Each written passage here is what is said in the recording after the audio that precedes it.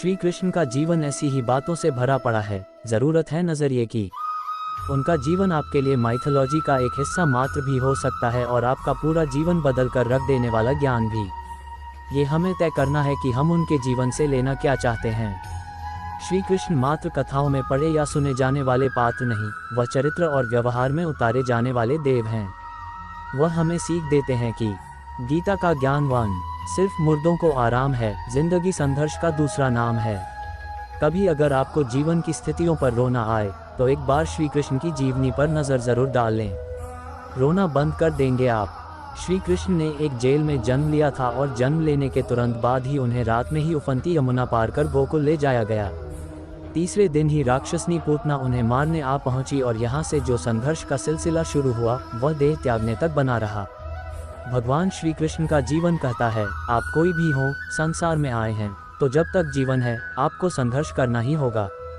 वे चाहे श्री कृष्ण हो या पुरुषोत्तम श्री राम, मानव अवतार लेकर परमात्मा भी सांसारिक चुनौतियों से बच नहीं पाए। लेकिन श्री कृष्ण ने कभी किसी बात की शिकायत नहीं की, हर परिस्थिति को जिया और जीता। श्री कृष्ण कहते हैं, परिस्थितियों से भागो मत, उसके सामने डटकर खड़े हो जाओ, क्योंकि कर्म करना ही मानव जीवन का पहला कर्तव्य है। हम कर्मों से ही मुश्किलों को जीत सकते हैं। जानिए महाभारत युद्ध के बर्बरी की कहानी। गीता का ज्ञान 2, शिक्षा वही जो अज्ञान घटाए, कौशल बढ़ाए। श्री कृष्ण ने अपनी शिक्षा मध्य प्रदेश के उज्जैन में सांदीपनि ऋषि के आश्रम में रहकर पूरी की थी।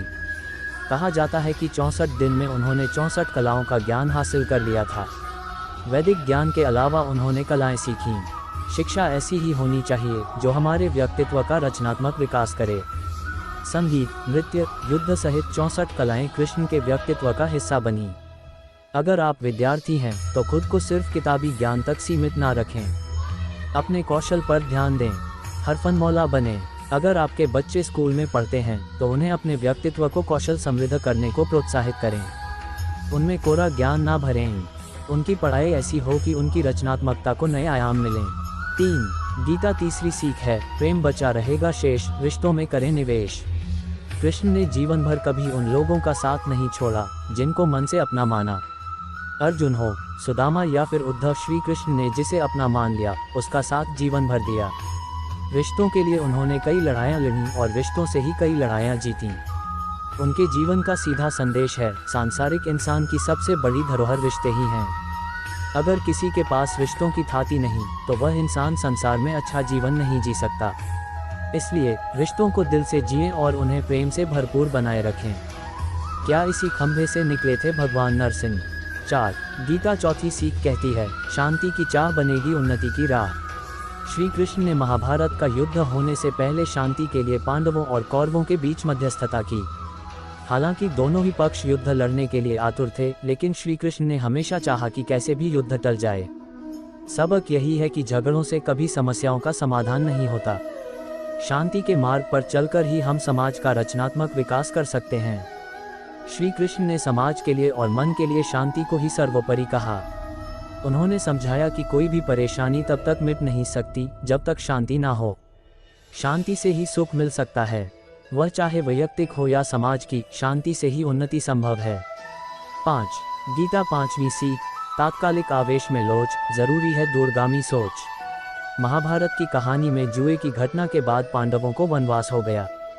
तब श्री कृष्ण ने दूरदृष्टि दिखाते हुए अर्जुन को समझाया कि यह समय जाया करने के लिए नहीं बल्कि भविष्य के लिए तैयारी करने का है। उन्होंने सबको महादेव शिव, देवराज इंद्र और देवी दुर्गा की तपस्या करने के लिए कहा। श्री कृष्ण जानते थे कि दुर्योधन को कितना भी समझाया जाए वह पांडवों को कभी उनका राज्य नहीं लौटाएगा। तब अपना हक पाने के लिए शक्ति और सामर्थ्य की जरूरत होगी। कर्ण के कुंडल कवच पांडवों की जीत में आड़े आएंगे, ये भी वे जानते थे। उन्होंने हर चीज पर बहुत दूरगामी सोच रखी।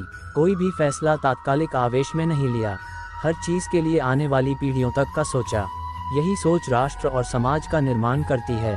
पुष्कर के अलावा कहीं और क्यों नहीं होती ब्रह्मा की पूजा। 6, गीता सीख नंबर 6, मन की शांति रहे चिर, दिमाग रहे स्थिर। श्री कृष्ण को क्रोध दिलाने वाली, उन्हें अशांत करने वाली घटनाएं बार बार हुईं। शिशुपाल पांडवों के राजसूय यज्ञ में कृष्ण को अपशब्द पर अपशब्द कहता रहा। छोटा भाई था लेकिन उसने मर्यादाएं तोड़ दीं। पूरी सभा चकित थी, कुछ क्रोधित भी थे, लेकिन श्री कृष्ण शांत रहे, मुस्कुराते रहे। शांति दूत बनकर गए तो दुर्योधन ने खूब अपमान किया। कृष्ण शांत रहे। अगर हमारा दिमाग स्थिर है, मन शांत है, तभी हम सही फैसले ले पाते हैं। आवेश में हमेशा हादसे ही होते हैं। विपरीत परिस्थितियों में भी कभी विचलित नहीं होने का गुण कृष्ण से बेहतर और कौन सिखा सकता है।